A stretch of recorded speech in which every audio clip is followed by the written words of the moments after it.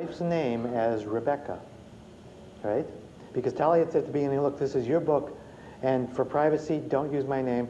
Just don't use my name. Just give me a fake name. So I chose the name Rebecca. And I'd written the whole thing. I was living with that, and I'd explained, you know, some names have been changed for privacy. And then came time when I felt the manuscript was finished. I was done, and I was going to send it in. And she said, well, how about the dedication? What are you going to write? And I said, well, for my wife, of course. She said, what do you mean, for my wife? For Tali, that's my name. I said, Tali. Wait a minute. I can't say that I've changed the name for privacy, then use the name Rebecca throughout the book, and then dedicate it to Tali. They make like that's some old girlfriend. She said, no, the dedication page is for me to read. I said, Tali, you know what you do. First thing you do is you get a book, and you go and you read the dedication page, right? That's what you always do. She said, well, and then I got an idea. I said, what would it take for me to, for you to let me use your name? My name? You mean Tali, my actual name? She said, let me see that manuscript. Out came a pen. Well, this would have to go. This is wrong. This dialogue is no good. It infuriated me. It drove me absolutely nuts. She went through page after page, said, take this out, this sounds wrong, this isn't right, this isn't working. Nope, change this, cut this out. The infuriating part was she was exactly right on every single point. I had no idea I was married to a brilliant editor. And by cutting away little pieces, she made the book 100% better. There was a gift. So the book seems, and you don't see this in the book. Hopefully, when you read it, you don't see it as I saw it for the first year after I wrote it, which is scar tissue. Right? Like, ugh, you know. And now I can read it and say, oh, wait, that's a good story, you know? Did it look like scar tissue to you? Please tell me no.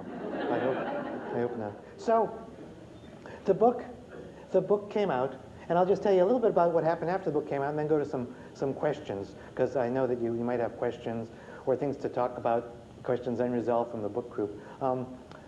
Actually, let me go to the questions now, and maybe I'll end up with those with telling you about what happened since the book has come out, because there's a lot of stories since then. Let me just go to questions. Yeah. I found it hard to like Lenny. Can you tell me what was it about Lenny that was so effective for you in your film? That's a great question. I'm going to just repeat it. She said she found it hard to like Lenny.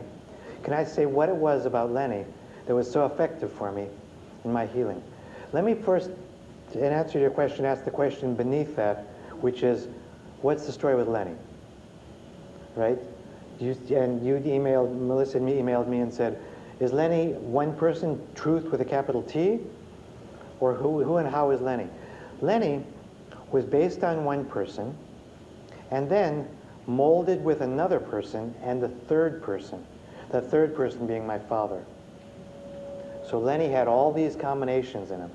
And then something happened, but though he was based on one person, something happened when I molded these three together, is he took on kind of a life of his own, which they say is supposed to happen in writing, but it surprised me when he started to do and say things, right, that came to life that way. But it was very much like the essence of the three of them. So, who liked Lenny? Who disliked Lenny? Who is so-so about Lenny Mix? It's interesting.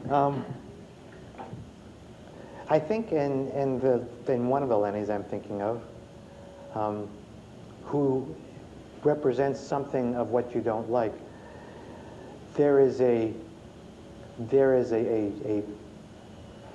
pain beneath that.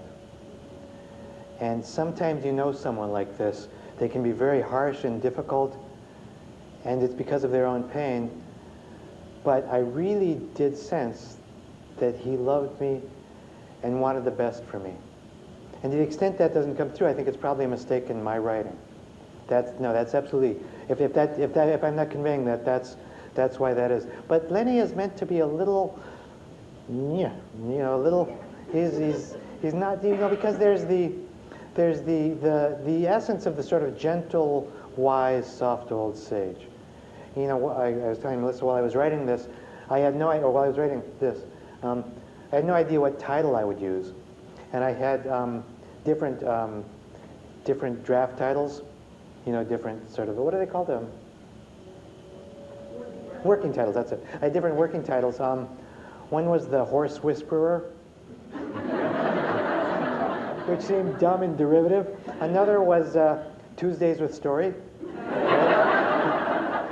And I thought about that, and I thought, there's a way that Maury, who is of course a real character, we all know, I think about that story, but he's just sort of that gentle softness, and I wanted to convey some of what worked for me was that edge. Because sometimes you get stuck, and it's something to have, it's one thing to have somebody say, oh, it's too bad, this, that. It's something that sort of kick you in the tush, So that's sort of what I was trying to convey with Lenny. Does that help answer the question?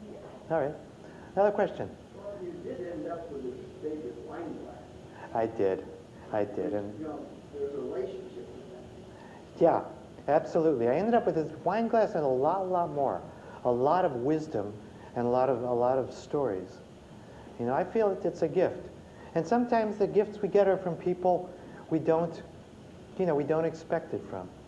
And sometimes, in the same way, from my mother. What a gift that was.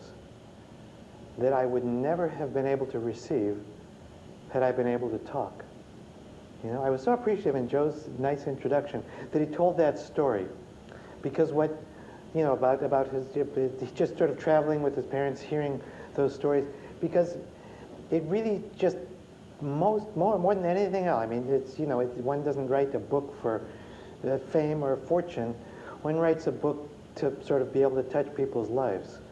And when I hear that people have, in hearing my story, felt compelled to share it with others, or felt that they tell their own stories.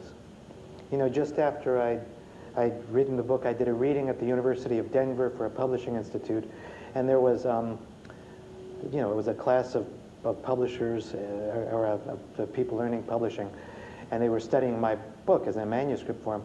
And one woman wrote me a letter saying that she loved the book and really wanted to be there, and couldn't because her father was dying, and she had to go back to Connecticut where he was dying. She said, but I took this manuscript with me, and I sat by the side of the bed, and I read him the opening stories from each chapter. And then he began to tell me stories that he hadn't heard before. And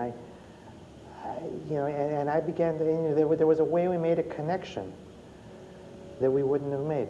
That does my heart good, to think that I can help even one person to do that. It feels like those years of schlepping over a hot, word processor, a hot keyboard is worth it. But I digress. I was answering questions. Yeah. Yeah. Okay. So is there going to be a movie after all? If you're in Hollywood, do you give up on it? It's funny. They say Hollywood is the. What's that? Oh, yeah. I'm sorry. I should repeat it. He said, "Is there really going to be a movie, or did my Hollywood producer, was he just blowing smoke, as they say in Hollywood?" They say a lot of things in Hollywood, but was he just talking? Yeah, it was. In fact, the couple, the husband and wife couple, whose name are Sid and Nancy, they have become friends and are completely committed to the project, and they waited patiently for 5 years for me to write the book, and then